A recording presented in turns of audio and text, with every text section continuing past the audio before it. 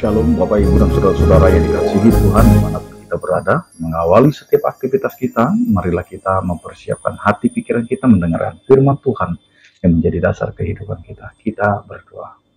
Kasih karunia dan damai sejahtera dari Allah Bapa kita dan dari anak Tuhan Yesus Kristus menyertai kamu sekalian. Amin. Bapak Ibu dan Saudara-saudara yang dikasihi Tuhan, firman Tuhan yang menyapa kita tertulis dalam Roma pasal 8 ayat 31. Demikianlah firman Tuhan. Sebab itu, apakah yang akan kita katakan tentang semuanya itu?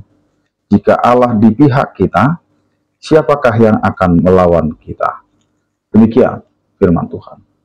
Bapak, Ibu, dan Saudara-saudara yang dikasihi Tuhan, dalam perjalanan hidup ini, sering kita dihadapkan pada berbagai tantangan, kekhawatiran, dan bahkan rasa takut.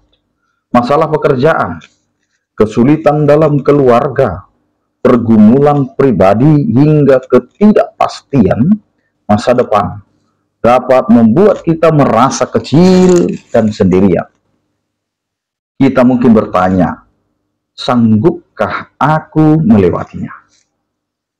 Firman Tuhan ini memberikan sebuah jangkar yang kokoh bagi jiwa kita, di mana Rasul Paulus setelah memaparkan karya keselamatan Allah yang luar biasa dalam Kristus pada pasal-pasal sebelumnya, sampai pada sebuah kesimpulan yang penuh keyakinan.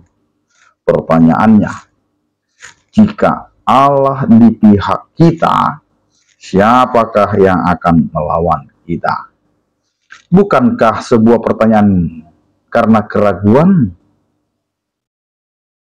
melainkan sebuah pernyataan kemenangan. Bapak, Ibu, dan Saudara-saudara yang dikasihi Tuhan, firman Tuhan ini tentu mengingatkan kita bahwa di dalam kehidupan pasti ada yang tidak suka, atau ada yang mau memusuhi kita, atau ada orang yang tidak senang kepada kita. Maka pertanyaan, siapakah melawan kita, menantang kita untuk melihat segala sesuatu dari perspektif ilahi. Tentu akan selalu ada lawan, masalah, orang-orang yang menentang atau bahkan iblis.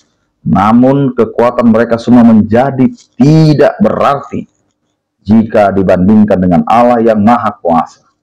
Tidak ada kesulitan yang lebih besar dari kuasanya. Tidak ada musuh yang lebih kuat dari Dia yang membela kita. Bapak, Ibu, dan Saudara-saudara yang dikasihi Tuhan, ingatlah, kita tidak berjalan sendiri. Allah yang Maha Besar ada di pihak kita. Oleh karena itu, jangan biarkan ketakutan atau keraguan menguasai hati Anda, hati kita.